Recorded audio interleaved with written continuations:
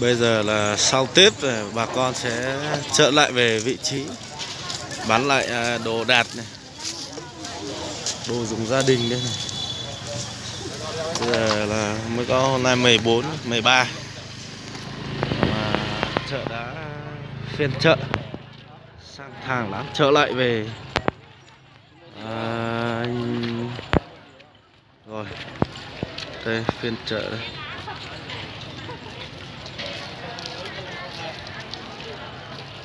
Bây giờ hiện tại là bà con rất là đông rồi.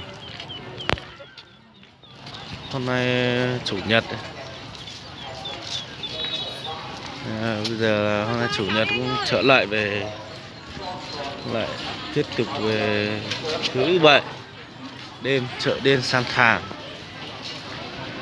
Bây giờ nó bán hết rồi. Đây trà sữa, xoài, xúc xích đây, ngon thật.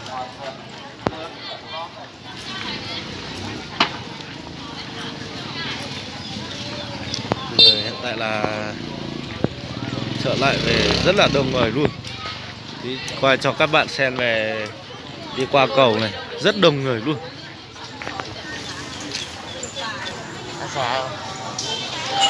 Bây giờ là hôm nay cũng đông người, chợ rất là đông luôn. Ngay đây cầu này rất đông này.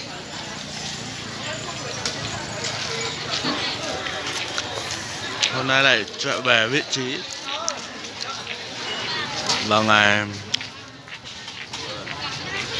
chủ nhật đây.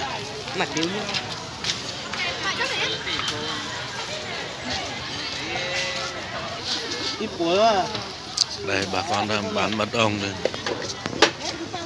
Đấy mật ong đây. Mùa này là đang chuẩn bị mật ong rồi nha các bạn ạ.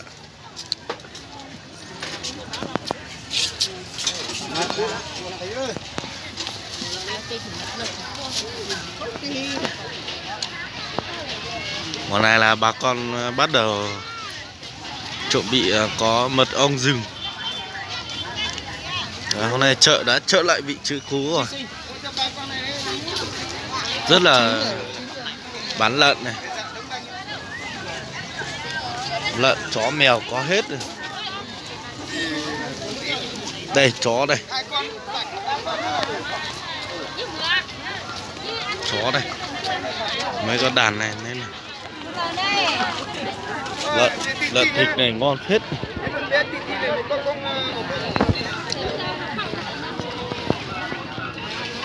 Đây mấy con lợn đây này, nhiều lợn phết.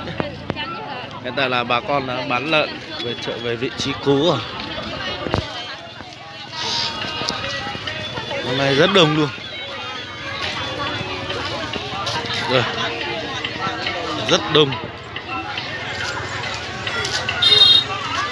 Coi cho các bạn xem nhé. Ơi chợ đêm, chợ đêm San Thàng đây đây.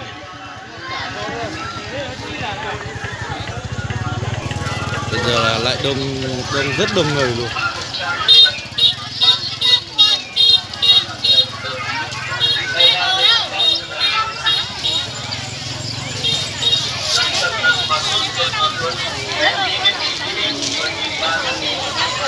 Bây giờ hiện tại là bà con rất là bán đồ rau các loại rất đông, nhiều luôn nhé.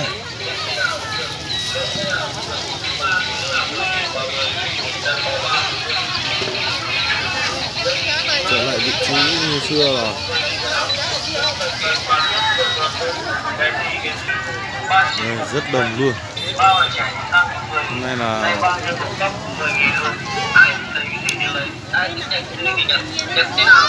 rất đông.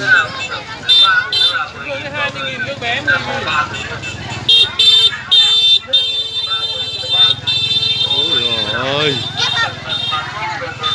đông lắm. Cá này này, cá rất to luôn. Vâng. Chả cỏ đây này.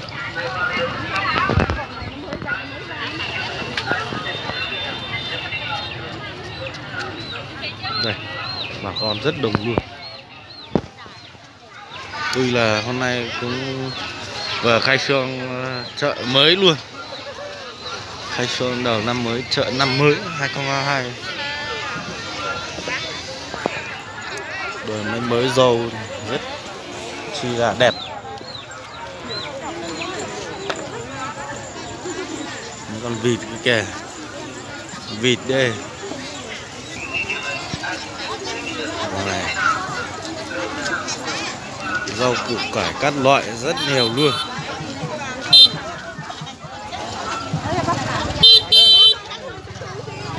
Đấy luôn đi không để đây. Đây chợ sang thẳng đây.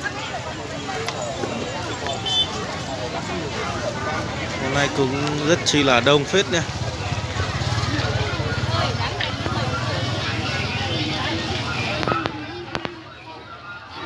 Kìa. Đông, xe đầy rồi.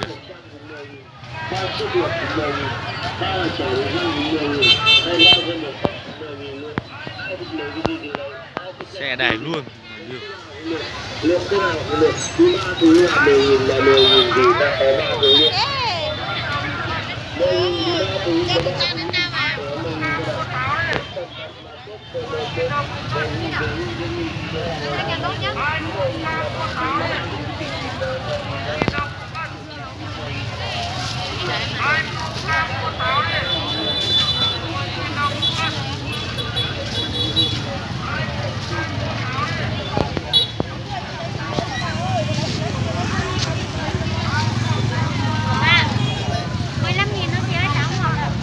Xem táo, mua táo rồi này.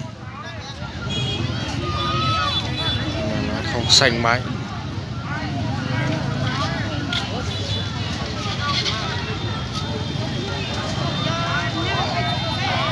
Cũng rất đông phết này. Tuy là cổng đây, cổng chợ đây nhé, cổng chợ ngay đây, cổng ra cổng vào luôn đây này. Rất đông luôn anh em ạ.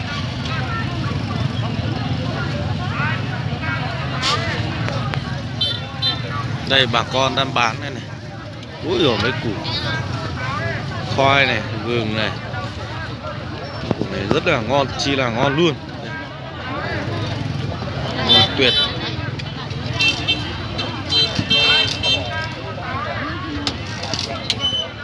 Ngon lắm. Đây cổng chợ đây là các bạn ạ. Đây cổng chợ San Thàng đây. Thì cổng rất đẹp nha, rất đông khách luôn.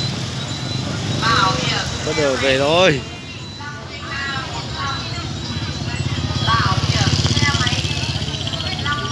Rất...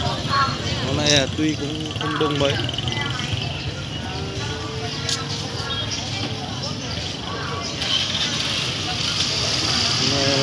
Bây giờ hơi muộn rồi.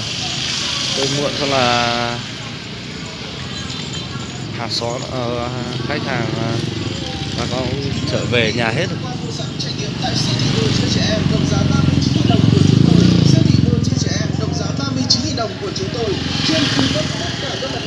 Rồi chó này, điện lang, hoa điện lang đây, chó này. Ôi bọn này bán chi nhiều thế. Chi cạnh này này. Ngũ sát. Trà mào này, ngũ sát trà mào đây này.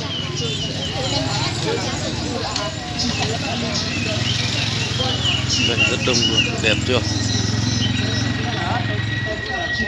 Đấy rất đẹp luôn.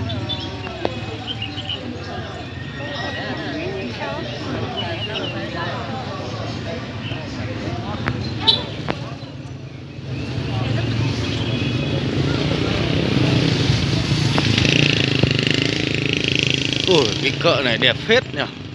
Mấy cái clu cờ này này rất đẹp luôn. Đây mấy cái mần ghế mần này rất đẹp luôn. Đây có con chiếc ghế này mới đẹp luôn này, các bạn ạ. Đây vàng tinh đây này. Thôi bây giờ về thôi, muộn rồi, chợ gần tan hết rồi.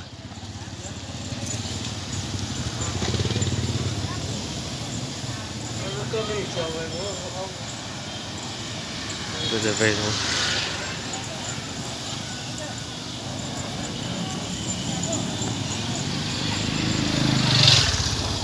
rất đông nhá, đông lắm.